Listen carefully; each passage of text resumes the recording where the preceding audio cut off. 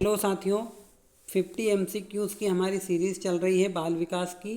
और आज से हमने ये तय किया है कि अब बाल विकास के साथ हिंदी और पर्यावरण के भी 50 MCQs हम इसी चैनल पर आपके लिए लेकर आएंगे, जो कि मोस्ट इम्पोर्टेंट MCQs हैं, जो आपको परीक्षा में बहुत काम देंगे।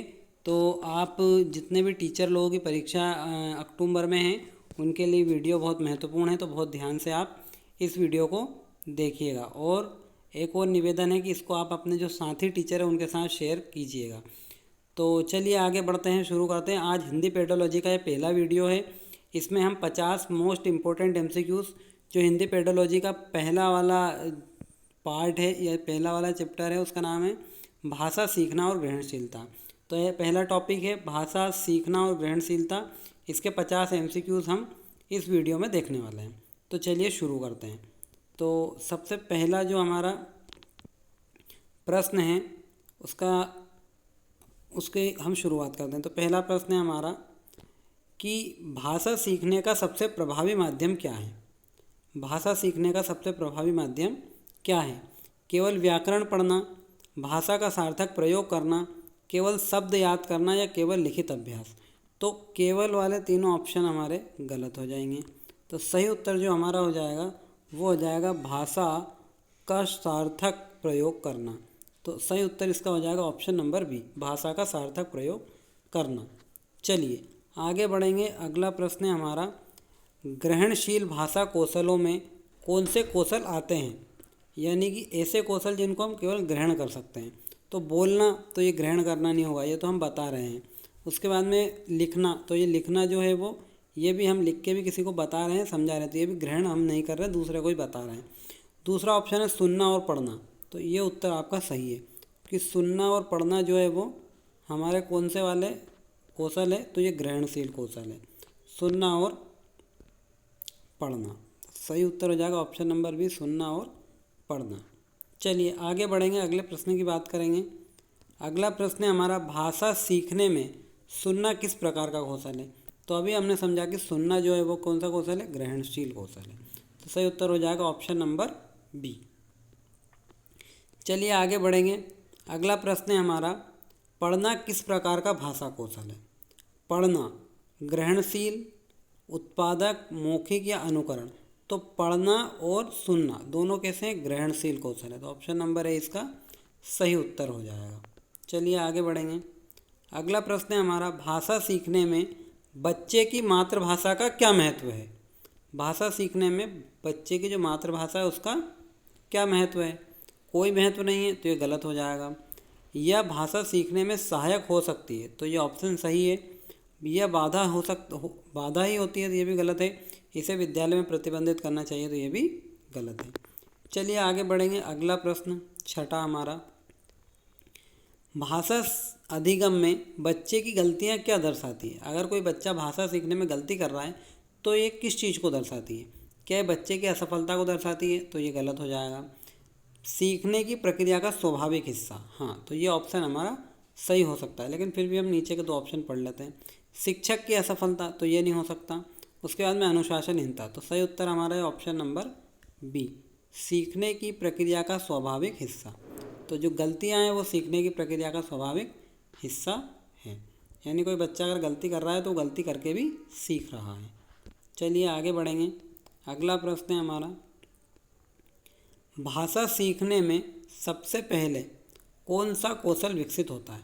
जब कोई बच्चा भाषा सीखता है तो उसमें सबसे पहले कौन सा कौशल विकसित होता है? तो सबसे पहले जो कौशल विकसित होता है उस कौशल का नाम है सुनना, क्योंकि सुनने के बाद ही वो पढ़ना सीखेगा, उसके बाद ही लिखना सीखेगा, और उसके बाद ही व्याकरण का ज्ञान आएगा। यानी कि हमारा जो सही उत्तर है वो ऑप्शन नंबर सी। चलिए आगे बढ़ेंगे। अगला प्रश्न हमारा, भाषा सीखने में अर्थपूर्ण संदर्भ क्यों आवश्यक है? हम भाषा तो सीख जाते हैं, लेकिन उसका अर्थपूर्ण संदर्भ, यानी कि हमें वो समझ तो आए कि क्या लिखा हुआ है, तो वो क्यों ज़रूरी है? तो क्या होगा, इससे रटने में आसानी होती है, तो ये गलत हो जाएगा। रटने की बात हमको नहीं करना है। इससे भाषा का वास्तविक प्रयोग समझ आता है, हाँ, ये उत्तर हमारा सही हो सकता है। लेकिन फिर भी दो पढ़ लेते हैं। इसमें केवल परीक्षा की तैयारी होती है, तो ये गलत है। इससे व्याकरण समाप्त हो जाता है, तो ये भी गलत है। तो सही उत्तर क्या है हमारा? Option number B, option number B हमारा सही उत्तर है। चलिए आगे बढ़ेंगे। अगला प्रश्न है हमारा, श्रवण कौशल के विकास के लिए सबसे उपयुक्त विधि कौन सी है? श्रवण कौशल के विकास की सबसे उपयुक्त विधि कौन सी है? तो कहानी सुनाकर प्रश्न पूछना, ये जो है श्रवण कौशल विकसित करने की सबसे ज़्यादा उपयुक्त विधि है। इसमें बच्चे क्या होते हैं, अट्रैक्ट मतलब टीचर की तरफ अट्रैक्टिव होते हैं, यानी कि उनका ध्यान जो है वो शिक्षक की तरफ लगा रहता है, क्योंकि कहानी को बच्चे बहुत ध्यान से सुनते हैं और फिर हम उनसे उस कहानी के जो प्रश्न पूछते हैं ना, तो उनका ध्यान और उस कहानी में और लगा रहता है। केवल शब्द लिखवाने से कुछ नहीं होगा, व्याकरण करवाने से भी नहीं होगा और पाठ रटवाने से भी नहीं होगा। सही उत्तर हमारा है ऑप्शन नंबर ए, कहानी सुनाकर प्रश्न पूछना। चलो अगला प्रश्न, पठन कौशल का मुख्य उद्देश्य क्या है? जो पढ़ना हम सिखा रहे हैं उसका मुख्य उद्देश्य क्या है? केवल तेज पढ़ना, तो ये गलत हो जाएगा। लिखावट सुधारना, तो पढ़ने में लिखावट की तो बात ही नहीं आएगी। पाठ के अर्थ को समझना, तो यही हमारा सही उत्तर हो जाएगा, पाठ के अर्थ को समझना, ना कि शब्दों को रटना। चलिए आगे बढ़ेंगे। अगला प्रश्न है हमारा, ग्रहणशीलता का संबंध मुख्यतः किससे है? ग्रहणशीलता भाषा को समझने से, भाषा को बोलने से, भाषा को लिखने से या भाषा का अनुवाद करने से? तो इसका सही उत्तर हो जाएगा ऑप्शन नंबर ए, भाषा को समझने से, भाषा को समझने से। तो आगे बढ़ेंगे अब अगले प्रश्न की तरफ। भाषा सीखने में बातचीत का क्या महत्व है? तो पहला है बहुत कम, तो बहुत कम महत्व तो नहीं है, बातचीत का तो महत्व है, तो ये तो हमारा गलत हो जाएगा। अब आगे बढ़ेंगे। अगला है हमारा केवल उच्च कक्षाओं में, तो केवल उच्च कक्षाओं वाला भी गलत हो जाएगा। अब और नीचे दो ऑप्शन देख लेते हैं। भाषा के स्वाभाविक विकास में महत्वपूर्ण, तो ये उत्तर हमारा सही है कि भाषा के स्वाभाविक विकास में जो है वो बातचीत महत्वपूर्ण है। अगला है हमारा प्रश्न, बच्चों को भाषा सिखाने के लिए शिक्षक को क्या करना चाहिए?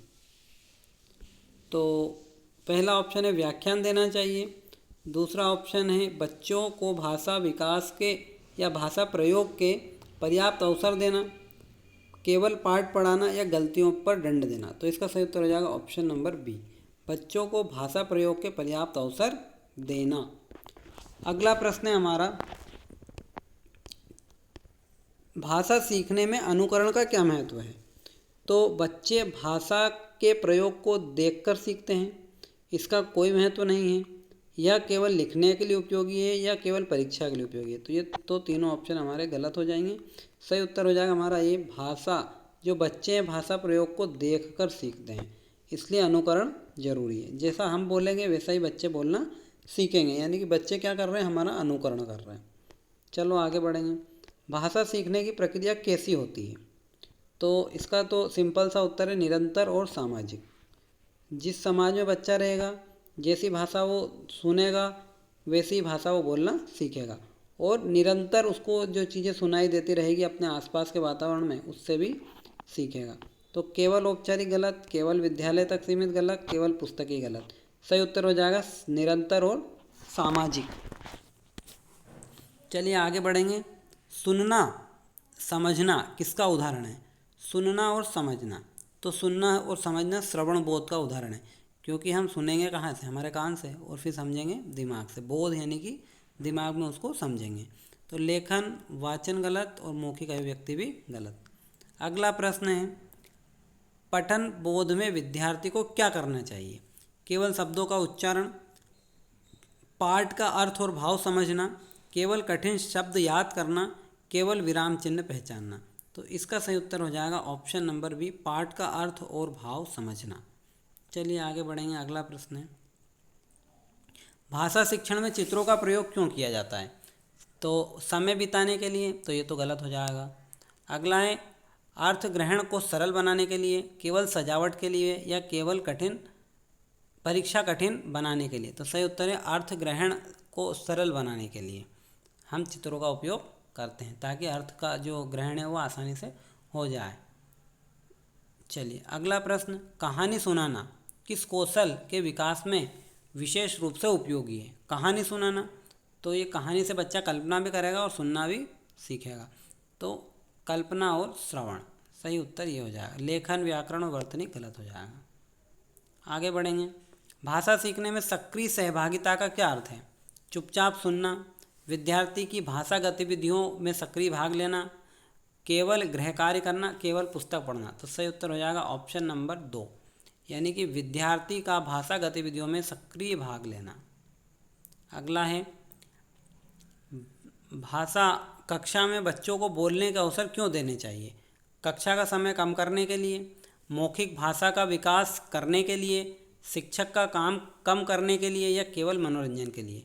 तो इसका सही उत्तर है ऑप्शन नंबर बी, मौखिक भाषा का विकास करने के लिए। अगला प्रश्न है हमारा, पठन के दौरान पूर्वानुमान लगाना किसका उदाहरण है? सक्रिय पठन का, यांत्रिक पठन का, श्रुत लेख का, या नकल का। तो पूर्वानुमान लगाना जो है हमारा सक्रिय पठन का उदाहरण है, सक्रिय पठन। अगला है, भाषा सीखने में परिवेश का क्या प्रभाव पड़ता है? कोई प्रभाव नहीं पड़ता तो गलत हो जाएगा। अगला है, भाषा के विकास में महत्वपूर्ण प्रभाव पड़ता है, तो ये सही हो जाएगा। और लिखावट पर प्रभाव और परीक्षा परिणाम, तो ये गलत हो जाएगा।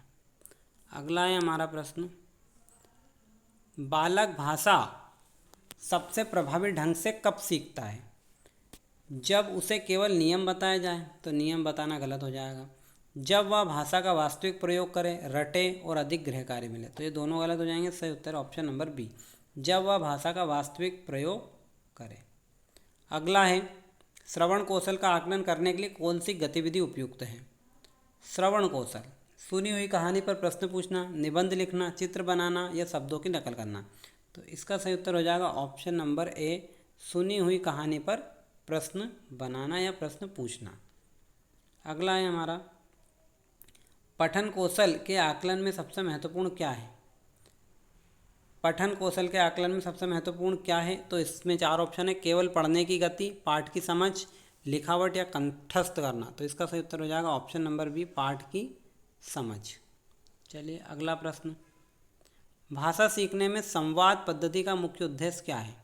संवाद यानी कि बच्चों से बातचीत करना, तो वास्तविक संचार क्षमता विकसित करना, केवल व्याकरण याद कराना, केवल पाठ समाप्त करना, और केवल परीक्षा लेना। तो ये तीनों क्या हो जाएंगे? गलत हो जाएंगे। ये तीनों गलत हो जाएंगे। सही उत्तर हमारा कौन सा हो जाएगा? सही उत्तर हमारा ऑप्शन नंबर ए हो जाएगा, वास्तविक संचार क्षमता को विकसित करना। चलिए आगे बढ़ेंगे। अगला प्रश्न है हमारा, बच्चों को नए शब्द सिखाने का बेहतर तरीका क्या है? क्या हम बच्चों को शब्दों की सूची रटवा दें? तो ये गलत।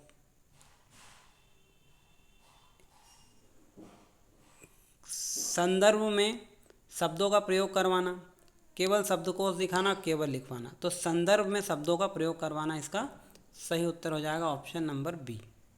ऑप्शन नंबर बी इसका सही उत्तर हो जाएगा। चलो आगे बढ़ेंगे।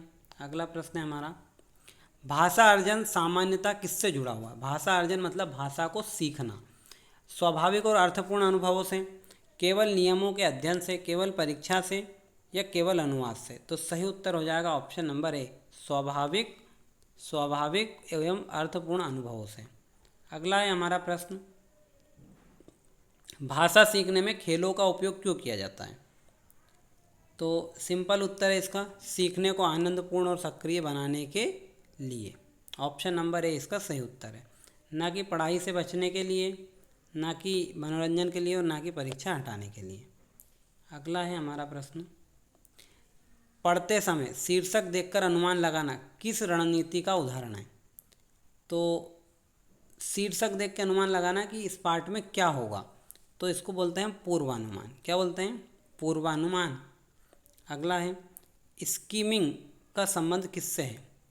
पाठ का सामान्य अर्थ जल्दी समझना, केवल शब्द का अर्थ खोजना, केवल कठिन शब्द पढ़ना, या पाठ लिखना। तो इसका जो सही उत्तर है वो है ऑप्शन नंबर ए, पाठ का सामान्य अर्थ जल्दी समझना।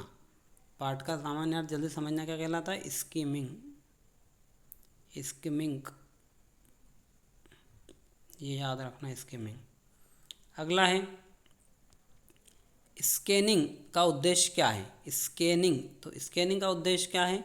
विशेष जानकारी को ढूंढना। अगला है प्रश्न हमारा, भाषा सीखने में प्रश्न पूछना क्यों महत्वपूर्ण है? तो प्रश्न हम क्यों पूछते हैं? ताकि बच्चों की समझ बढ़े, उनका चिंतन बढ़े और वो पाठ को अच्छे से समझ पाए। तो ये केवल गृह कार्य, समय बचाना, ये तीनों गलत हो जाएगा। उत्तर ए इसका सही हो जाएगा। आगे बढ़ेंगे। अगला प्रश्न है, यदि बच्चा पढ़े हुए अनुच्छेद का अपने शब्दों में अर्थ बताता है तो यह किस बात का प्रमाण है? क्या ये रटने का प्रमाण है? तो रटने का तो नहीं है। पठन बोध का है? हाँ, ये हो सकता है, लेकिन दो ऑप्शन और पढ़ लेते हैं हम। केवल उच्चारण का या लेखन कौशल का है? तो सही उत्तर है हमारा ऑप्शन नंबर बी, ये पठन बोध का उदाहरण है।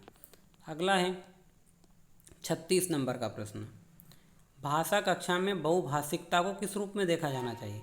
मतलब ऐसी क्लास जहाँ अलग अलग भाषा बोलने वाले बच्चे आ रहे हैं, तो क्या उसको समस्या के रूप में देखना चाहिए, क्या उसको संसाधन के रूप में, बाधा के रूप में, अनुशासनहीनता के रूप में? तो सही उत्तर हो जाएगा ऑप्शन नंबर बी, संसाधन के रूप में। अगला प्रश्न है हमारा, बच्चों के भाषा विकास में परिवार की भूमिका कैसी है? तो परिवार की भूमिका महत्वपूर्ण है। जैसा परिवार के लोग बातचीत करेंगे, जैसा परिवार के लोग बोलेंगे, बच्चा भी वैसा ही सीखेगा। अगला प्रश्न है हमारा, भाषा सीखने में सकारात्मक प्रतिक्रिया का क्या लाभ है? भाषा सीखने में सकारात्मक प्रतिक्रिया, कोई बच्चा भाषा सीख रहा है और हम उसको बोलेंगे हाँ बेटा तुम बहुत अच्छा बोल रहे हो, बहुत अच्छा भाषा सीख रहे हो, तो क्या होगा? उसका आत्मविश्वास बढ़ जाएगा। क्या होगा? उसका आत्मविश्वास बढ़ जाएगा। अगला प्रश्न है हमारा, शिक्षक को बच्चों की भाषा संबंधी गलतियों पर क्या करना चाहिए? अगर कोई बच्चा है वो भाषा सीखने में गलती कर रहा है, तो एक टीचर को क्या करना चाहिए?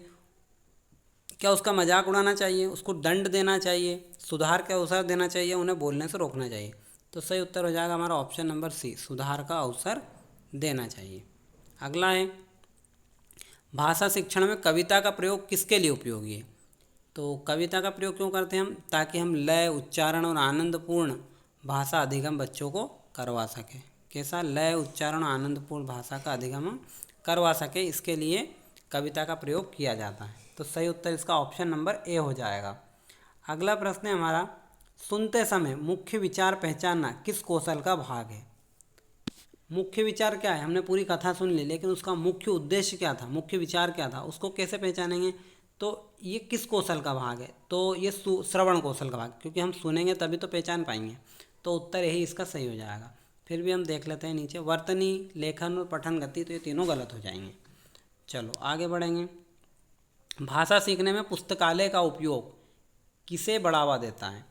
स्वतंत्र पठन को, रटने को, मौखिक परीक्षा को या व्याकरण को? ये तीनों गलत हो जाएंगे और हमारा जो सही उत्तर हो जाएगा वो हो जाएगा ऑप्शन नंबर ए, स्वतंत्र पठन को। क्या हो जाएगा? ऑप्शन नंबर ए, स्वतंत्र पठन। अगला है, बच्चों में पठन की रुचि को बढ़ाने के लिए क्या बेहतर है? उनकी रुचि के अनुसार विविध पुस्तकें उपलब्ध कराना, केवल पाठ्यपुस्तक पढ़वाना, कठिन पाठ अनिवार्य करना या केवल प्रश्नोत्तर करवाना? तो सही उत्तर हो जाएगा ऑप्शन नंबर ए, यानी कि उनकी रुचि के अनुसार विविध पुस्तकें उपलब्ध कराना। अगला प्रश्न है हमारा, भाषा सीखने में संदर्भ से क्या तात्पर्य है? संदर्भ से तात्पर्य है भाषा या शब्द के प्रयोग की परिस्थिति, कि वो जो शब्द हमारा प्रयोग किया गया है वो किस परिस्थिति के लिए किया गया है। यानी कि शब्दों का भी जो प्रयोग है अलग अलग परिस्थिति में एक ही शब्द अलग अलग अर्थ देता है, तो इसलिए संदर्भ हमको समझना पड़ेगा कोई भी चीज़ को हम पढ़ रहे हैं तो। चलिए आगे बढ़ेंगे। अगला प्रश्न है हमारा, बालक द्वारा अपने अनुभवों को भाषा में व्यक्त करना किसको बढ़ावा देता है? संप्रेषण क्षमता को, यानी कि बातचीत करने की जो उसकी क्षमता है उसको बढ़ाता है। अगला प्रश्न है हमारा, भाषा सीखने में शिक्षक की भूमिका कैसी होती है? तो शिक्षक की भूमिका तो सहायक और मार्गदर्शक की होती है। ये तो केवल वाले तीनों गलत हो जाएंगे। अगला प्रश्न है हमारा, ग्रहणशील कौशल का विकास किससे अधिक प्रभावी होता है? अर्थपूर्ण सामग्री से, केवल रटने से, केवल नकल करने से, केवल परीक्षा से? तो केवल वाले तीनों काट दो। सही उत्तर क्या होगा हमारा? ऑप्शन नंबर ए, अर्थपूर्ण सामग्री से। अगला प्रश्न है हमारा, सुनने के बाद सारांश बताना किसका उदाहरण है?